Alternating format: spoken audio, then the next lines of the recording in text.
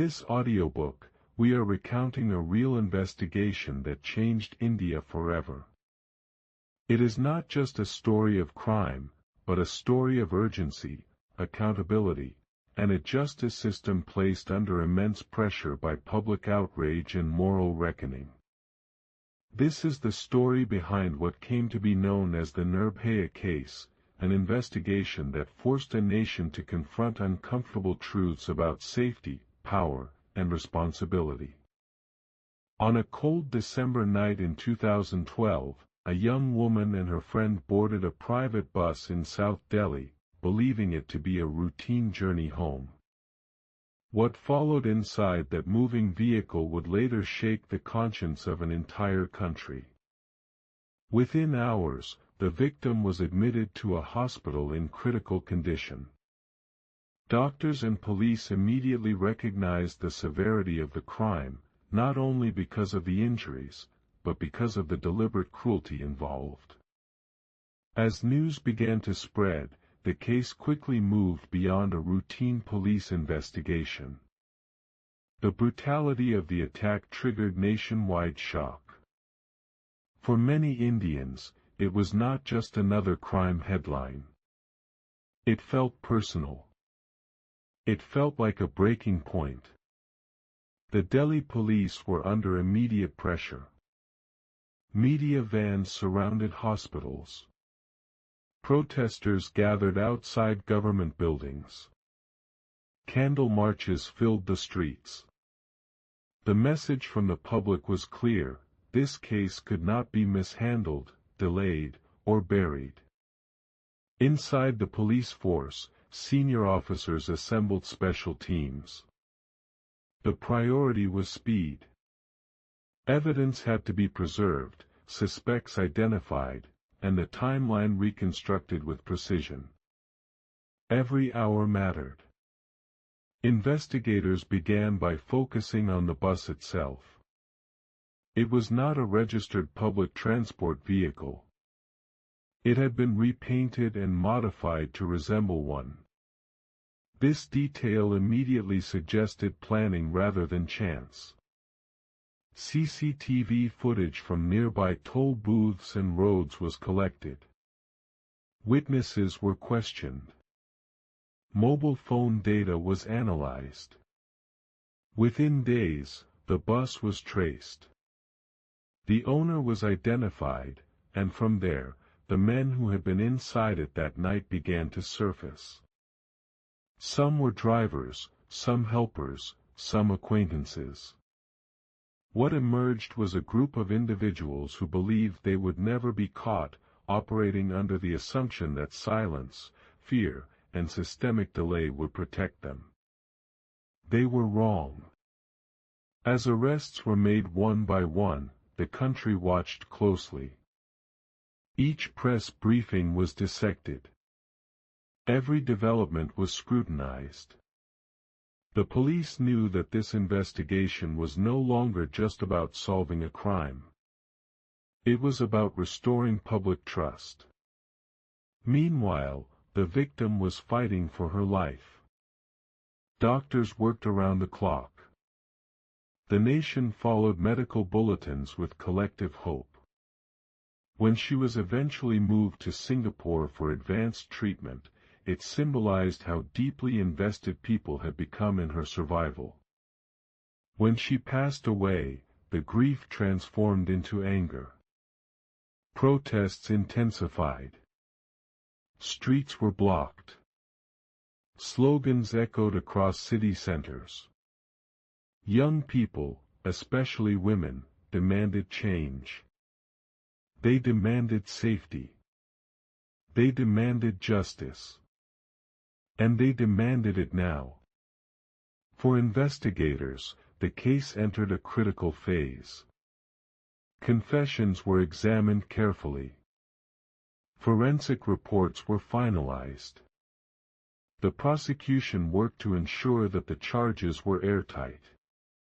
There could be no loopholes. No technical failures. No room for acquittal.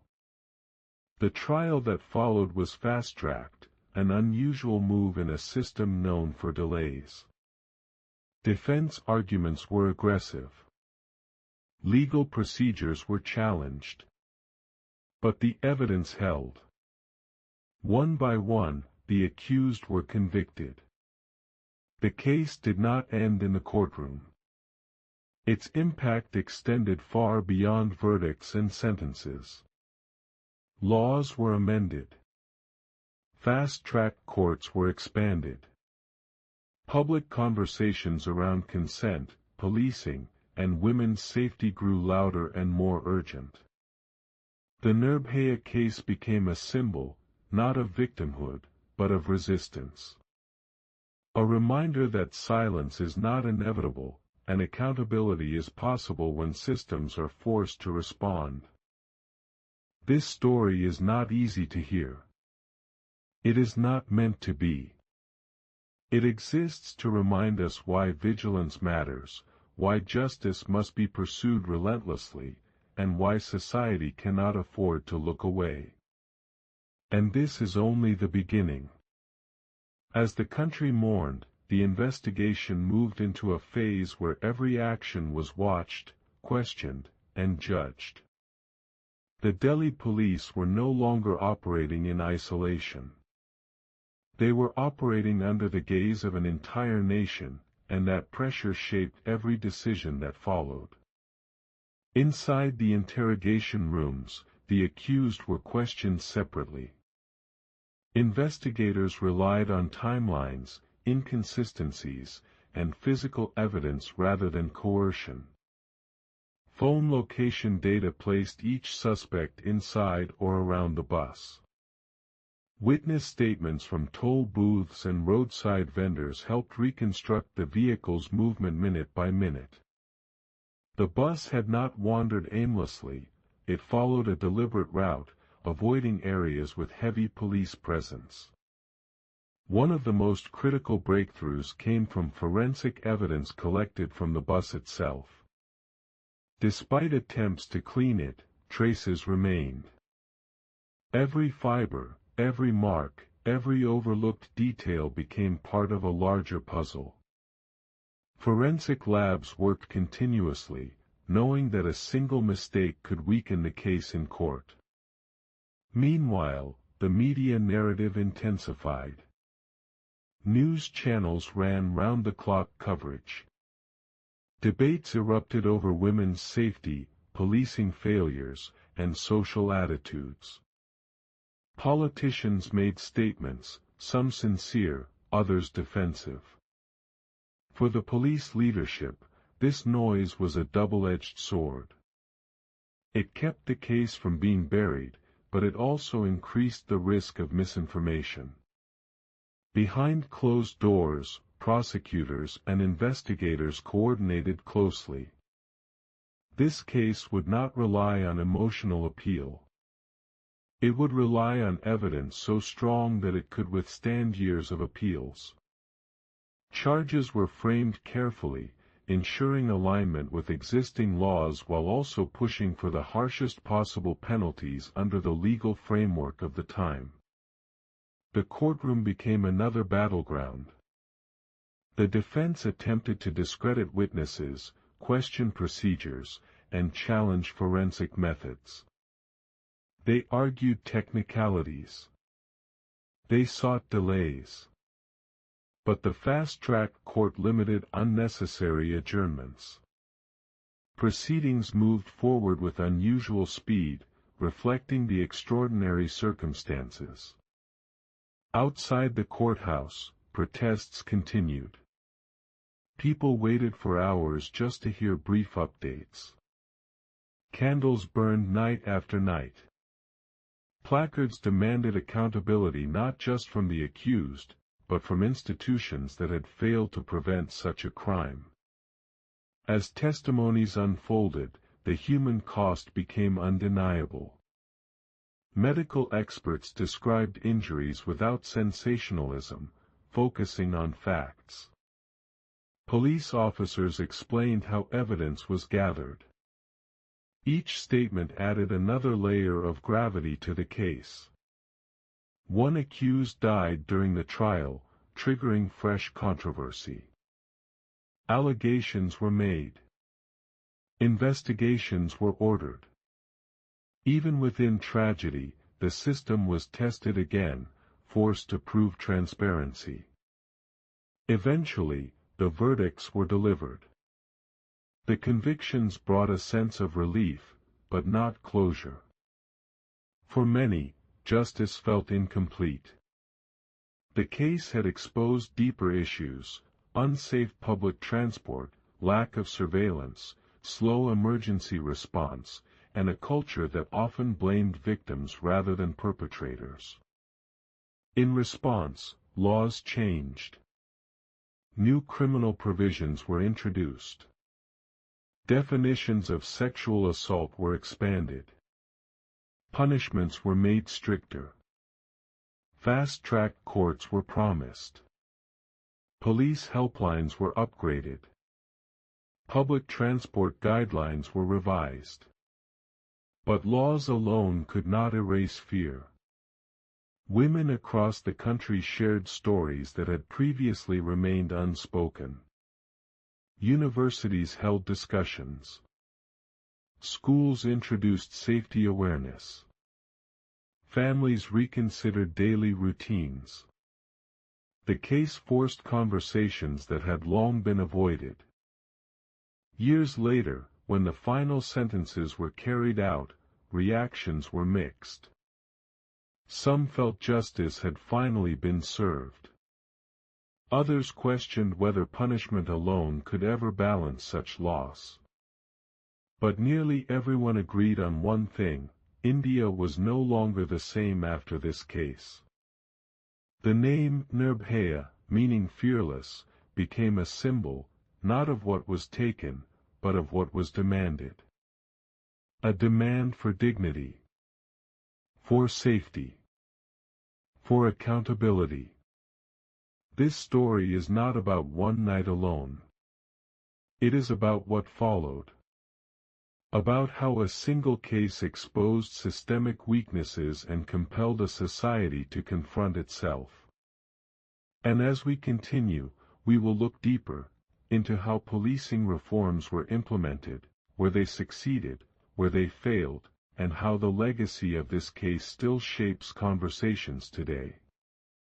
Because the real question is not just what happened, but what we chose to learn from it. In the years that followed the verdicts, the impact of the case did not fade into history the way many others had. Instead, it lingered, quietly reshaping institutions, conversations, and everyday behavior. Police training manuals were revised, at least on paper, to emphasize sensitivity, rapid response, and victim-centered investigation. New protocols were introduced for handling sexual assault cases, including mandatory medical examinations, preservation of forensic evidence, and quicker filing of charge sheets. Yet, the gap between policy and practice remained uneven, varying widely from city to city and officer to officer. Public transport systems across major Indian cities underwent visible changes. CCTV cameras were installed in buses, GPS tracking became mandatory in many states, and emergency helpline numbers were prominently displayed. Drivers and conductors were required to undergo background checks, though implementation often lagged behind intention. For many women, these measures offered some reassurance, but not complete trust. Safety became something to be constantly calculated rather than assumed. The case also left a deep psychological imprint. Parents became more protective, sometimes restrictively so. Young women negotiated curfews, routes, and clothing choices with renewed caution. Conversations that were once whispered inside homes moved into classrooms, workplaces, and public forums. The word consent, rarely discussed openly before, entered mainstream dialogue. NGOs and activists worked tirelessly to keep the momentum alive, reminding the public that outrage must translate into sustained action. Inside the legal system, the case became a reference point. Judges cited it when discussing the need for speedy trials. Law students studied it as an example of evidence-driven prosecution under extreme public pressure. At the same time, civil rights groups warned against letting public anger override due process. They argued that justice must remain principled, even when emotions run high. The balance between swift punishment and fair trial became a recurring debate. The families involved lived with a different reality.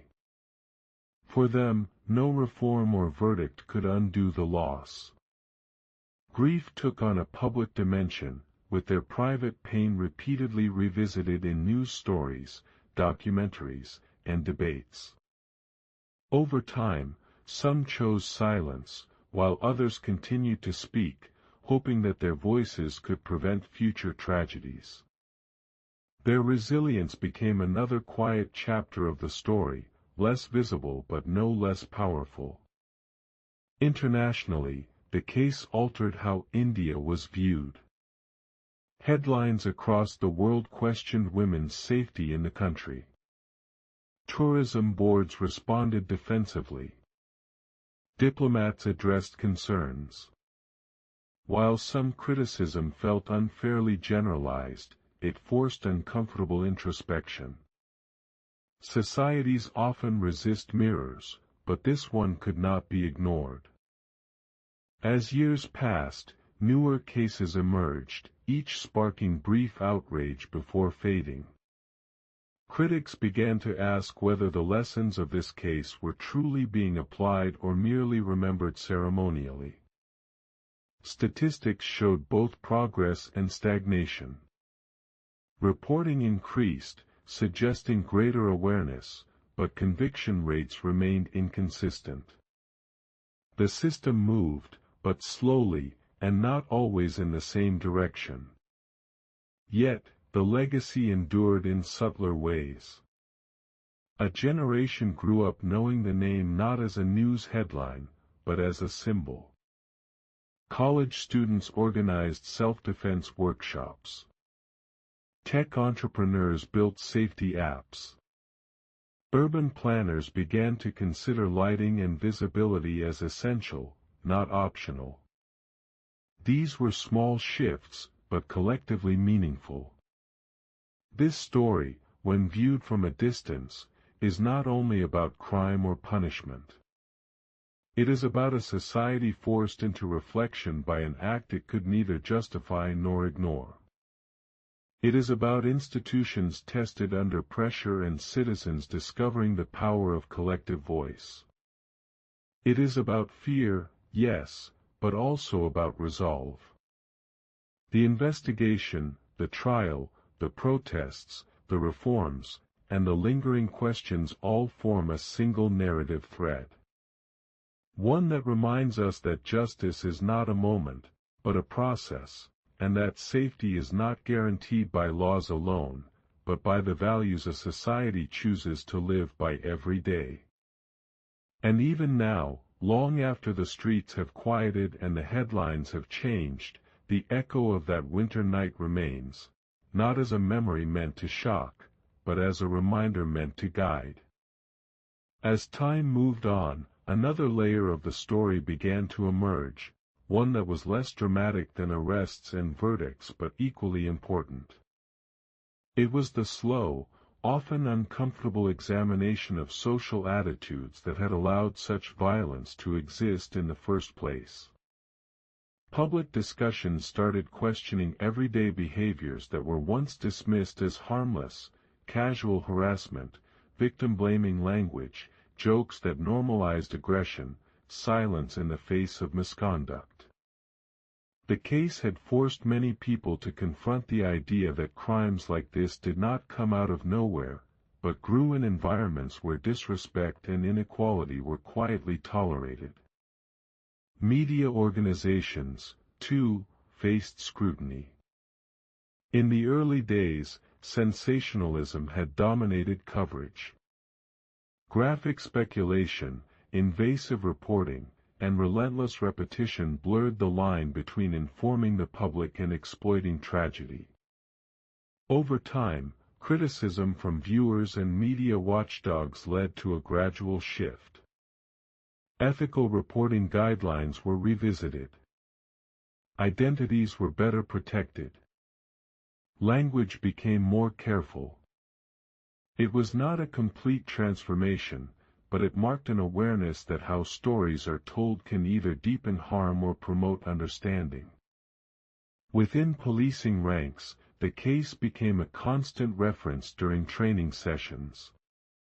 Senior officers used it to demonstrate both effective investigation techniques and critical failures. Younger recruits were taught that speed alone does not equal justice, that evidence must be handled with precision, and that empathy is not weakness.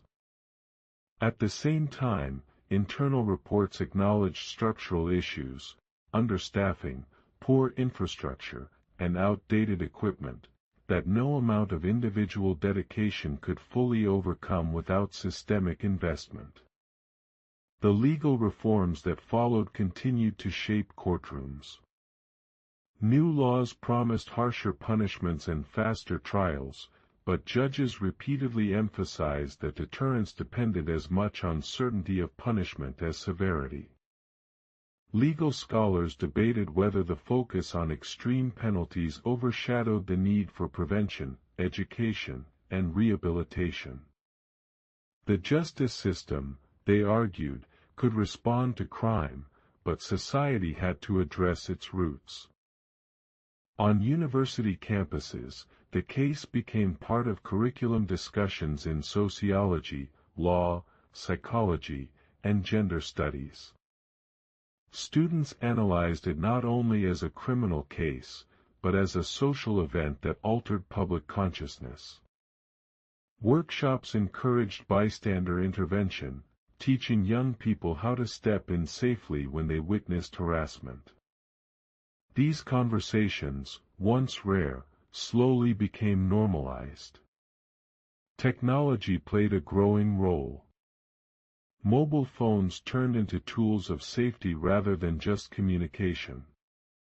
Emergency alerts, location sharing, and ride tracking became common. Yet, reliance on technology also revealed inequalities. Safety apps worked best in cities with smartphones, data access, and police responsiveness, leaving rural and marginalized communities still vulnerable. The promise of innovation was real, but uneven. For many women, the most significant change was internal. Awareness sharpened. Trust was recalibrated. Daily life involved constant risk assessment, routes chosen, timings adjusted, instincts followed. This vigilance was exhausting, but it was also empowering in a limited way, born from knowledge rather than ignorance. At the same time, activists stressed that responsibility should never rest solely on potential victims. Safety had to be collective. Men, too, were increasingly drawn into the conversation. Campaigns encouraged them to reflect on behavior, language, and peer influence. Some resisted, seeing criticism as accusation. Others listened, recognizing that change required participation from everyone. Progress was uneven, but the dialogue itself marked a shift from silence to engagement. Years later, when anniversaries arrived, they were no longer marked only by protests, but by reflection. Opinion pieces asked hard questions. Had the anger translated into lasting safety?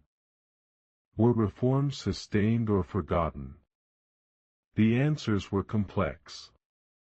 Some improvements endured. Others faded as attention moved on. Yet, the case remained a benchmark, a moment when society had shown that it could demand accountability at scale. This long arc, from crime to investigation, from outrage to reform, from memory to meaning, defines the true scope of the story. It is not confined to police files or court judgments. It lives in altered laws, changed conversations, and heightened awareness. It lives in caution and courage, in fear and determination.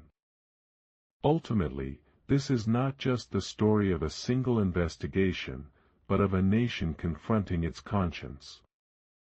It is a reminder that justice is not an endpoint reached by punishment alone, but a continuous effort to create conditions where such crimes become less possible, less tolerated, and less invisible. And the story continues, not as a headline, but as a responsibility carried forward, day by day, choice by everyone who remembers why it mattered in the first place.